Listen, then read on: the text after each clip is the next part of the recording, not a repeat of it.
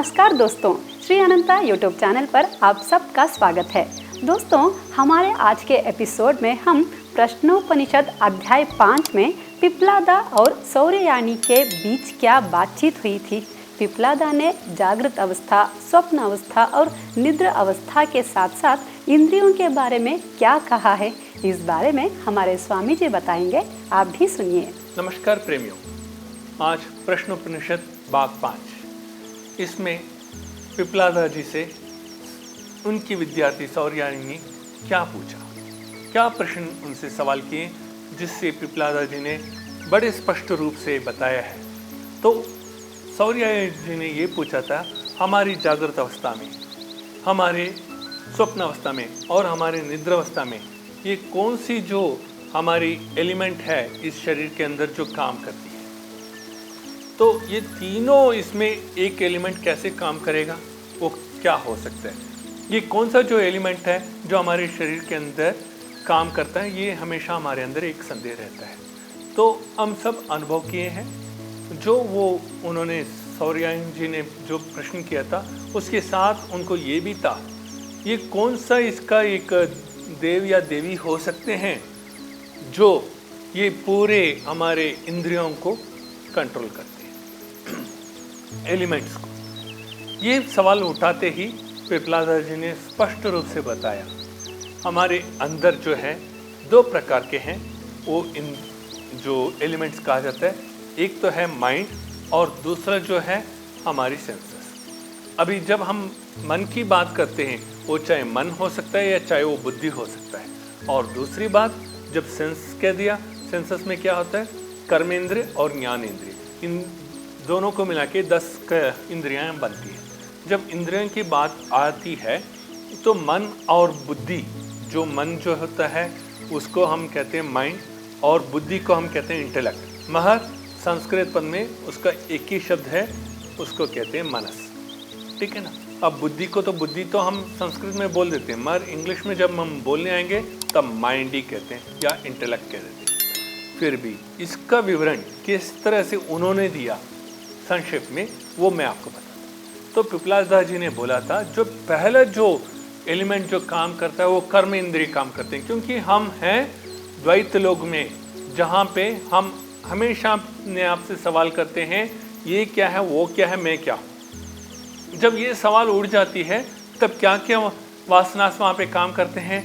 एक तो इंद्रियां काम कर रही हैं, एक मन काम कर रहा है, एक बुद्धि काम कर रही है। जब इस तरह से 3 प्रकार के एलिमेंट हमारे अंदर काम करते हैं, तब हम जाके उसको समझने के लिए, उसको भी कैसे हम, एक तो जागृत अवस्था में हम देखते हैं, वो हमारे बैक ऑफ माइंड में स्टोर हो जाता है। उसी को स्वप्न अवस्था यानी कि ड्रीम स्टेट। इसका मतलब ये नहीं है स्वप्न अवस्था आप निद्रा पूरी तरह सोने के बाद आपको स्वप्न आता है, ऐसा नहीं है। स्वप्न अवस्था को वो कहते हैं जहाँ पे हम इमेजिन करते हैं। तो हम क्या इमेजिन करते हैं, जो हमने दृश्य देखा, जो हमारे कर्म इंद्रियों ने बताया, वही है ये कारण करता है। तो कर्म इंद्रिय कैसे हैं, जो हम देखते हैं, जो हम सुनते हैं, जो हम टेस्ट करते हैं, जो हम टच करके फील करते हैं, यही तो कर्म इंद्रियाँ हैं, 5 कर्म इंद्रियाँ। तो इसके द्वारा हमने जो भी अनुभव पाया उसको बुद्धि निद्रावस्था में लेती है, निद्रावस्था में नहीं, स्वप्नावस्था में लेती है। स्वप्नावस्था में किस तरह से लेती है, उसके बारे में विचार करती है, क्या सच है, क्या झूठ है, इसकी परिणाम क्या हो सकता है। इस तरह से जो जागृत अवस्था में जो भी उसने अनुभव पाया उसको स्वप्नावस्था में देखता है। स्वप्नावस्था में देखने के बाद निद्रावस्था में वो जाके लीन हो जाता है। तो इस तरह से उन्होंने पिप्लादा जी ने बताया था, आपके कर्म इंद्रिय ही इसके एक लक्षण है जो आपको पूरी अनुभूति देता है। तो उसके बाद उनके मन में ये था, इसका जो भगवान है वो कौन है, वो देवी देवता कौन है।